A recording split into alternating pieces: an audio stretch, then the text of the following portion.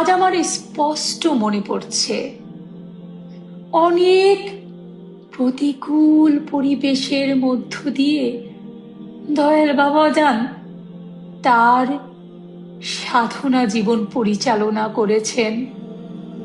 শৈশবে অন্যান্য বাচ্চাদের মতো সবসময় আমাদের পিতাকে শারীরিকভাবে কাছে পাইনি, সত্য। কারণ তিনি ছিলেন স্বীয় মুর্শিদের প্রচার প্রসারের কাজে, গোলামিতে সর্বদা নিমগ্ন।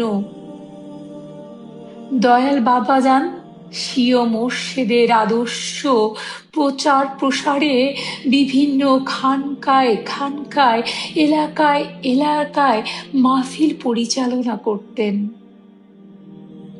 এছাড়াও তিনি দয়াল নানাজির সেই করা চুল ছাটা, অজু গোসলের পানি আগিয়ে দেওয়া সহ সার্বিক গোলামি করতেন, যা কোনো গল্প বইয়ে পড়া নয়। আমার স্পষ্ট মনে আছে, চন্দ্রপাড়ায় অনেক সবেদা গাছ বাবাজান লাগিয়েছিলেন। বেতের চেয়ারে নানাজি বসতেন, বাবাজান গোলামি করতেন। বদনাতে করে আমার নানাজিকে অজুর পানি আগিয়ে দিতেন, গোসলের সময় জামা কাপড় গামছা আগিয়ে দিতেন।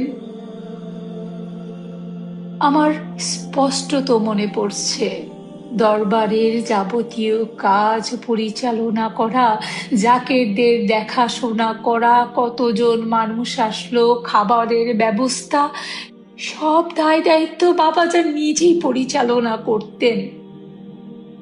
ওই সময় বিভিন্ন স্থানে নানা ধরনের অলিয়াল্লাহ বিরোধী লেবাসদারি এক শ্রেণীর আলেম, যারা অলিয়াল্লাহ গণকে নানাভাবে ব্যঙ্গ বিদ্রুপ করে বেড়াত। মানুষের মধ্যে সেই ভুল ধারণা ভেঙে দেওয়ার নিমিত্তে দয়াল বাবাজান তার মহান মুর্শিদের আদর্শ শিক্ষা তুলে ধরতে বিভিন্ন বায়াস পরিচালনা করতেন।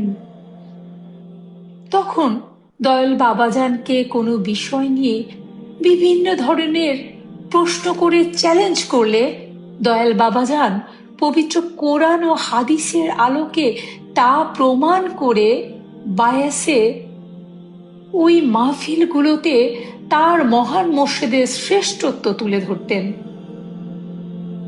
আমার এখনো মনে পড়ছে, বাবাজান এরকম বায়াসে গিয়েছিলেন, স্টেজে বাবাজানকে সাপ ছুঁড়ে ফেলে দেওয়া হয়েছিল, জীবন্ত সাপ বাবাজানের স্টেজে চেয়ারে ছেড়ে দেওয়া হয়েছিল। এমনও ঘটনা মনে আছে আমার। বাবাজান যখন বক্তব্য দিতেন, তার মহান মুর্শিদের কথা বলতেন, জ্বলন্ত দিয়াশলাই ছুঁড়ে বাবাজানের গায়ে ফেলা হতো। বাবাজান সেই প্রোগ্রাম থেকে এসে, মাহফিল থেকে এসে, সেই আগুনে ফুটো হয়ে যাওয়া পাঞ্জাবি আমাকে দেখিয়েছিলেন, দয়াল মাকে দেখিয়েছিলেন। তখন আমি খুব ছোট, তারও হয়তোবা 2 বছর পরে কি 2.5 বছর পরে আমি স্কুলে ভর্তি হই ঢাকায় এসে। ওই সময়টা আমি খুব ছোট ছিলাম।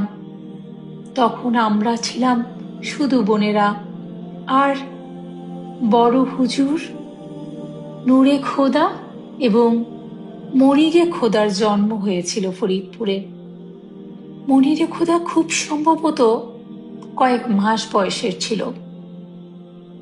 আমি আমার বাবার কাছ থেকে শিখেছি, কখনোই অন্যায়ের সাথে আপোষ করতে হয় না।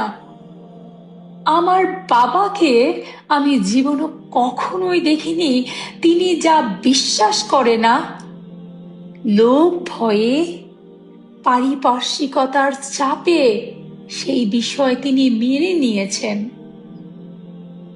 আমার বাবা ছিলেন চিরনির্ভীক, যিনি সত্য প্রকাশের এক সাহসী বীর, যিনি সাহসের এক উজ্জ্বল দৃষ্টান্ত রূপে চিরদিন আমার মনের মণিকুঠায় ছিলেন, আছেন এবং থাকবেন। আমার দয়াল মা, আমার মা, তিনি যে মমতার অধিকারিণী, তার জীবনের বই পড়লেই তা বুঝতে পারবেন। যদি আপনার মনে দুঃখ কষ্ট জমাট বেঁধে থাকে, আপনার মনে অনেক কষ্টের ঢেউ উঠেছে, কুল কিনারা পাচ্ছেন না, বিশ্বাস করেন, আপনি অজু করে নিরিবিলি বসে আদব ভক্তি ও মহব্বতের সাথে দয়াল মাকে স্মরণ করে যদি তার বই মুবারক পড়েন, আমি বিশ্বাস করি আপনি তাকে অনুভব করবেন, আপনি তার দয়া লাভ করবেন।